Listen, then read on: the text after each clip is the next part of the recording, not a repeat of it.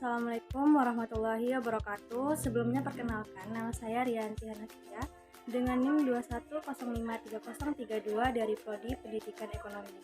Baiklah, di sini saya akan membuat video presentasi mengenai materi fungsi pengendalian untuk memenuhi tugas dari mata kuliah pengantar manajemen yang dibimbing oleh Bu Nita Satya. Baiklah, langsung saja kita masuk ke materi fungsi pengendalian. Mulai dari definisi pengendalian.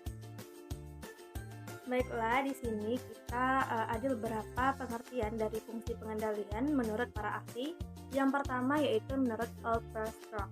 Menurutnya, pengendalian itu adalah proses pengaturan berbagai faktor dalam suatu perusahaan agar pelaksanaannya itu sesuai dengan ketetapan yang telah direncanakan. Nah, yang kedua itu menurut Harold Holmes. Menurutnya itu pengendalian adalah pengukuran dan perbaikan terhadap pelaksanaan kerja bawahan agar rencana-rencana yang telah dibuat untuk mencapai tujuan dari perusahaan tersebut dapat terlaksanakan.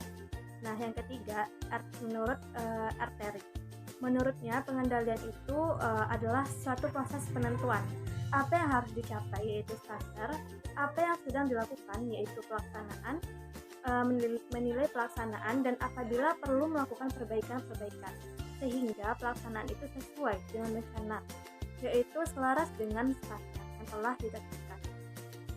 Tipe-tipe dalam pengendalian. Tipe-tipe dalam pengendalian itu ada 3. Yang pertama yaitu pengawasan pendahuluan. Pengawasan ini didesain untuk mendeteksi penyimpangan dari standar tertentu dan memungkinkan perbaikan dilakukan sebelum seluruh tahap kegiatan tersebut diselesaikan. Pengawasan semacam ini merupakan pengawasan yang cukup agresif. Yang kedua yaitu pengendalian konkuren. Tipe pengendalian ini dilakukan selama kegiatan masih berlangsung tiba-tiba. Ini merupakan pengendalian di mana suatu kegiatan akan terus dilanjutkan atau tidak apabila persetujuan atau ada kondisi tertentu yang harus dipenuhi. Yang ketiga yaitu pengendalian umpan balik. Pengendalian ini mengevaluasi hasil-hasil yang telah terjadi dalam suatu kegiatan jika telah selesai.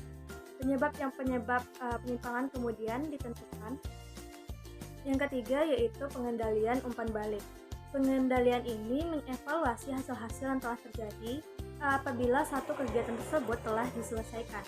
Penyebab-penyebab penyimpangan kemudian ditentukan dan kemudian penyebab-penyebab tersebut dapat digunakan untuk perencanaan di masa mendatang untuk kegiatan yang serupa. Selanjutnya itu mengenai tahapan dalam proses pengendalian. Tahapan dalam proses pengendalian itu ada 6 tahapan. Yang pertama yaitu perumusan strategi. Dalam tahapan ini dilakukan pengamatan terhadap tren perubahan lingkungan makro dan lingkungan industri. Berdasarkan hasil dari pengamatan terhadap tren tersebut, dilakukan perumusan misi, visi, tujuan, keyakinan dasar, dan nilai organisasi. Yang kedua yaitu perencanaan strategi.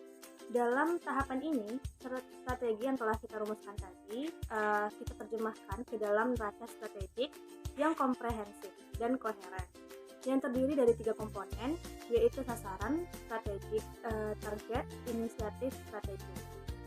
Yang ketiga itu tahap penyusunan program. Dalam tahapan ini merupakan proses penyusunan rencana jangka panjang untuk menjabarkan inisiatif strategik yang dipilih untuk mewujudkan sasaran strategik.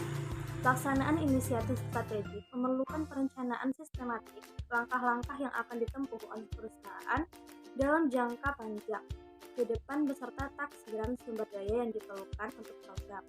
Suatu rencana jangka panjang yang berisi langkah-langkah strategik yang dipilih untuk mewujudkan sasaran strategik tertentu beserta taksiran sumber daya yang diperlukan. Tahapan selanjutnya yaitu tahapan penyusunan anggaran. Tahapan ini merupakan proses penyusunan rencana jangka pendek yang berisi langkah-langkah yang ditempuh oleh perusahaan dalam melaksanakan sebagian dari program dalam penyusunan anggaran dijabarkan program tertentu ke dalam rencana kegiatan yang akan dilaksanakan dalam tahun anggaran. Yang kelima yaitu implementasi. Manajemen dan karyawan melaksanakan rencana yang tercantum dalam anggaran ke dalam kegiatan yang nyata. Selanjutnya, atau yang terakhir itu adalah tahapan pemantauan, yang dimana implementasi rencana memerlukan pemantauan. Hasil setiap langkah yang direncanakan perlu diukur untuk memerlukan umpan balik bagi pemantauan pelaksanaan anggaran, program, dan inisiatif strategi. Baiklah, materi selanjutnya yaitu metode dalam melakukan pengendalian.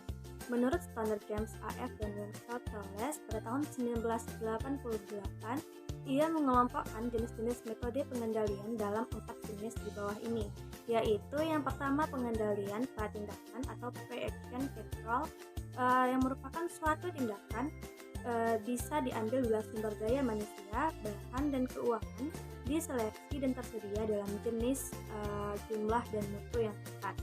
Yang kedua yaitu pengendalian kemudi atau steering controls atau pengawasan umpan maju atau feed forward control.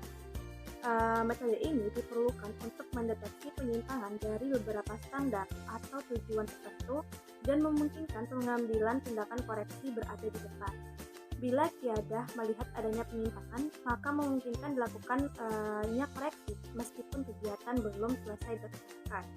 Pengendalian ini akan memiliki tingkat efektivitas yang tinggi jika tiada dapat memperoleh informasi yang akurat pada waktu yang tepat. Yang ketiga yaitu pengendalian secara screening atau pengendalian ya atau tidak, atau bisa juga kita sebut dengan screening or yes or no control. Metode ini sangat luas digunakan karena mampu melakukan penelitian ganda, dan metode ini fungsional bila prosedur dan syarat-syarat tertentu disepakati sebelum melakukan kegiatan. Yang keempat yaitu pengendalian purna karya atau post action control.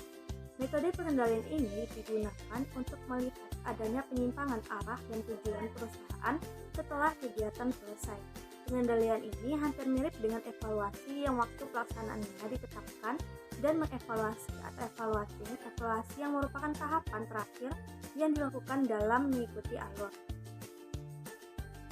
Nah, sekian materi yang dapat saya sampaikan. Lebih kurangnya saya mohon maaf. Terima kasih. Wassalamualaikum warahmatullahi wabarakatuh.